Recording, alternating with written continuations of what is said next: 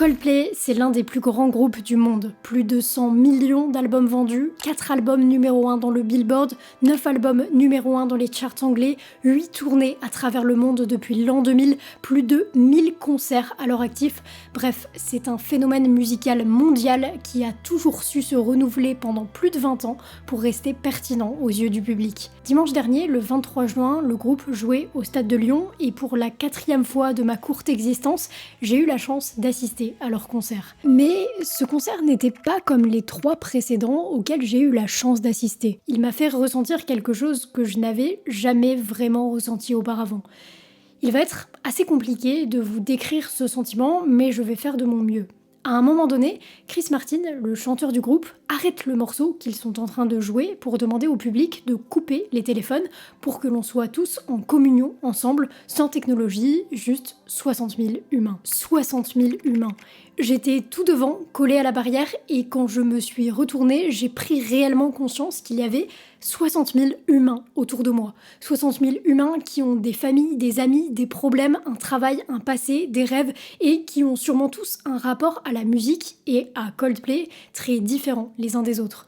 Nous étions tous en train de vivre le même concert, de hurler les mêmes paroles des mêmes chansons, mais malgré tout ça, on n'a probablement pas du tout vécu la même expérience ce soir-là. C'est sûrement profondément égoïste de ma part, mais ça m'a donné envie de raconter ma propre expérience. Non pas celle du concert en lui-même, mais l'expérience que j'ai avec ce groupe. Parce que je crois qu'elle en dit beaucoup sur mon rapport à la musique. J'espère que j'aurai la chance de lire certains de vos témoignages en commentaire pour comprendre un peu mieux le rapport qu'ont les autres êtres humains à la musique. En attendant, j'ai envie que le mien existe quelque part. Parce que Coldplay n'est pas juste un groupe que j'aime. C'est presque un groupe qui m'a sauvé la vie, en quelque sorte.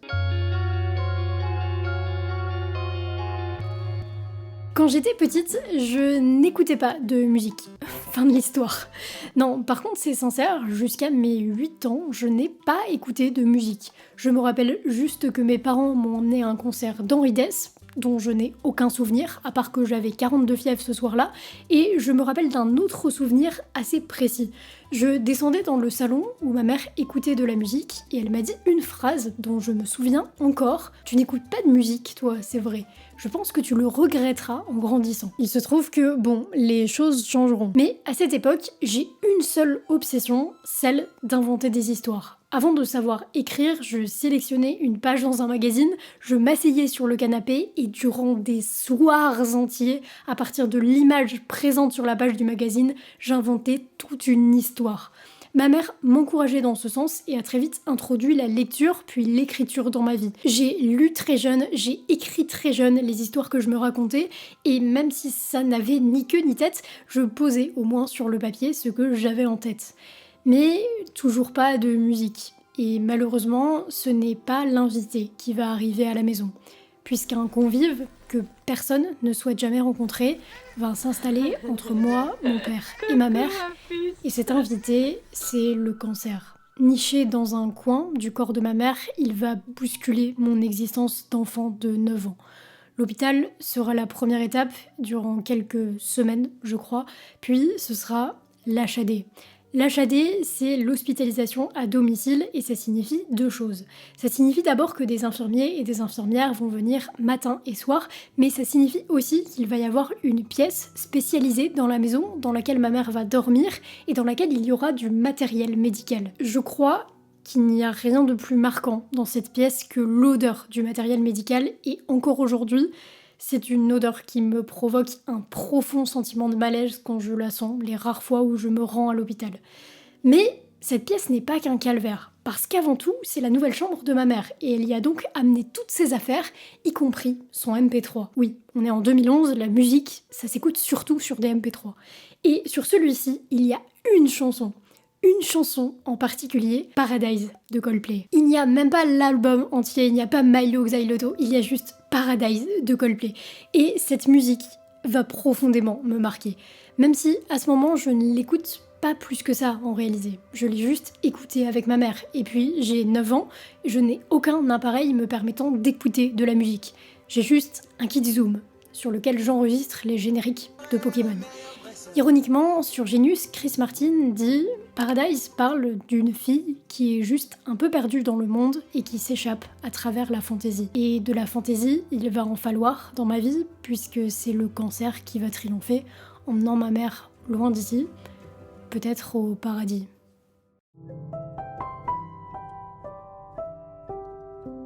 Pour être tout à fait franche avec vous, je n'ai que très peu de souvenirs de ce qu'il s'est passé ensuite. J'ai des souvenirs très précis de l'annonce de sa mort, quelques-uns de l'enterrement, mais tout le reste a été effacé de ma mémoire. Par contre, ma mère m'a légué des choses, dont son MP3, et à partir de ce moment-là, Paradise va tourner en boucle dans la maison. Coldplay va devenir une véritable obsession. Ma chambre était un sanctuaire à la gloire du groupe. C'était trop. Mais c'était ce à quoi je me raccrochais et c'est littéralement ça qui me faisait aller bien. Pour la première fois de ma vie, j'écoute de la musique et surtout je m'attache très profondément à un groupe. Le temps passe, les années passent, 2 années s'écoulent plus précisément. J'ai mon tout premier smartphone et je crée mon premier compte Instagram, une page fan de Coldplay. Et je commence à créer du contenu dessus. À l'époque, je ne montre pas ma tête, mais je gagne mes 1000 premiers abonnés et surtout, je découvre un monde incroyable, Internet. Je peux partager ma passion avec des milliers d'inconnus et j'adore créer du contenu, même si à l'époque, bien évidemment, j'ai aucune idée qu'on peut en faire un métier. Sur cette page, oui, c'est très dangereux, ne faites pas ça, mais je rencontre des gens fans de Coldplay, notamment une fille qui a le même âge que moi et qui est aussi fan du groupe, Eva, qui va très vite devenir ma meilleure amie. Et là, tout commence à aller mieux pour moi. J'ai une passion, je la partage en créant des choses, et même je me fais des amis, moi, l'éternel introverti. C'est trop cool, ça va mieux, et pour une fois, je vais pas vous faire une descente aux enfers, pas pour l'instant. Pour l'instant, ça va vraiment mieux, et mon père va me faire vivre encore plus que ça, puisqu'il va me payer une place et m'accompagner à un concert de Coldplay. Mais attendez, parce que ça paraît facile dit comme ça, mais c'est tout sauf facile en réalité. Problème numéro 1, Coldplay en 2012, ils ont rempli un Bercy, 20 000 personnes, et un Stade de France, 80 000 personnes. Mais pour leur tournée en 2014, quelle salle ont-ils choisi? Le Casino de Paris. Oui, 2000 places, pour un groupe qui a vendu 100 000 places il y a 2 ans. Autant vous dire que mon père s'est arraché les cheveux. Et deuxième problème, nous, on habite loin de Paris, donc il faut prendre la voiture, trouver où loger. Bref, ce concert, c'est un sacrifice de malade mental et j'ai une reconnaissance éternelle envers mon père et ma belle-mère de m'avoir fait vivre ça, tout simplement. Parce que c'est littéralement encore aujourd'hui le meilleur moment de toute ma vie. On a attendu 8 heures sur un trottoir, 8 heures n'ont jamais passé aussi vite dans ma vie. On était dehors, il faisait froid, j'en avais rien à faire. Les gens autour de nous étaient plus âgés que moi et étaient tous assez étonnés qu'une gamine de 12 ans soit aussi fan du groupe. J'étais au 2e rang du Casino de Paris et c'était le meilleur moment de toute ma vie. Et puis, le temps est passé, et avec lui, la magie de l'enfance et l'innocence, déjà un peu entachée par les événements, a disparu. Pourtant, j'ai continué à aimer le groupe et à aller le voir en concert. Mais ce n'était plus pareil du tout. Ça fait 10 ans que ma mère est partie, j'ai à présent 19 ans, j'ai mon bac+2, je parle toujours de musique sur internet, sur un compte TikTok cette fois, sur lequel je montre ma tête, sur lequel je raconte des histoires, et je m'apprête à prendre mon premier CDI. À ce moment-là, mon CDI débute le 19 juillet, soit le lundi, juste après le concert.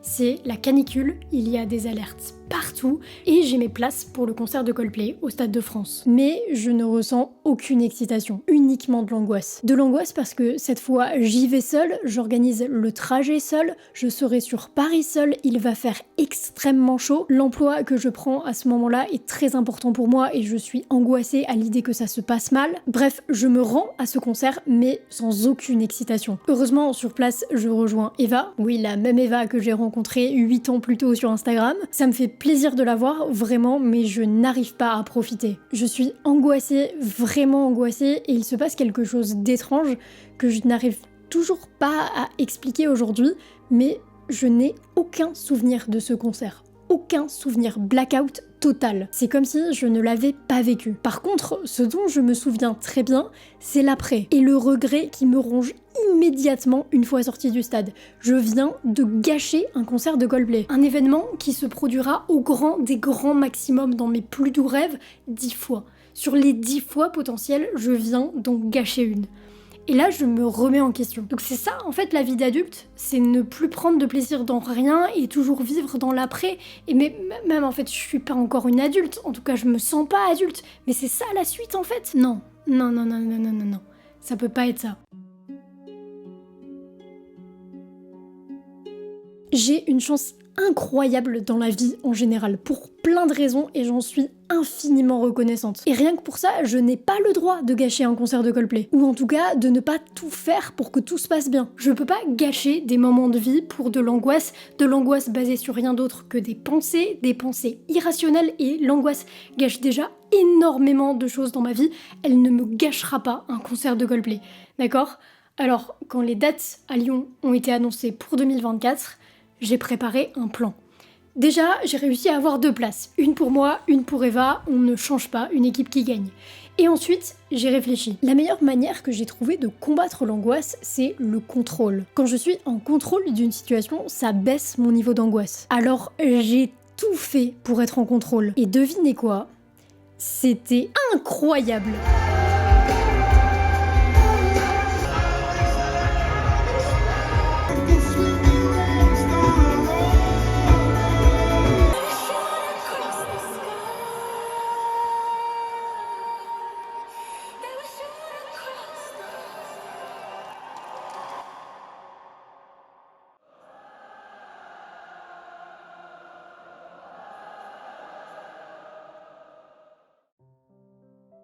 Un des plus célèbres discours de Steve Jobs parle de connecting the dots, ou relier les points.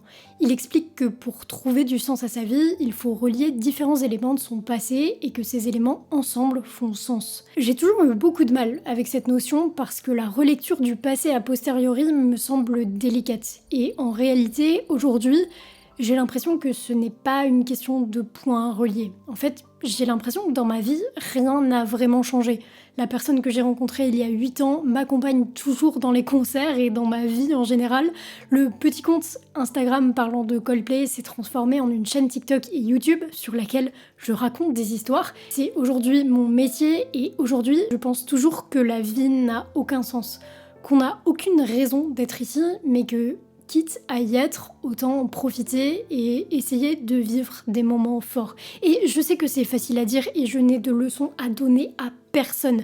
Mais s'il y a une seule idée que vous devez retenir de cette vidéo, c'est que s'il y a une chose que vous ne regretterez probablement jamais quand vous serez aux portes de la mort, c'est d'avoir vécu des choses réellement, d'avoir mis toute votre âme dans des moments forts et d'avoir réussi à profiter des quelques moments qui comptent vraiment, sans téléphone, sans être prisonnier de votre esprit, juste vous, en vie, sur Terre, et si vous en avez la chance, entouré de personnes que vous aimez. Et rien que ça, c'est une bonne excuse pour mettre son téléphone dans sa poche pendant A Sky Full of Stars ou pour hurler Paradise durant un concert de Coldplay. Et d'ailleurs, peut-être qu'en hurlant assez fort, ma mère l'entendra.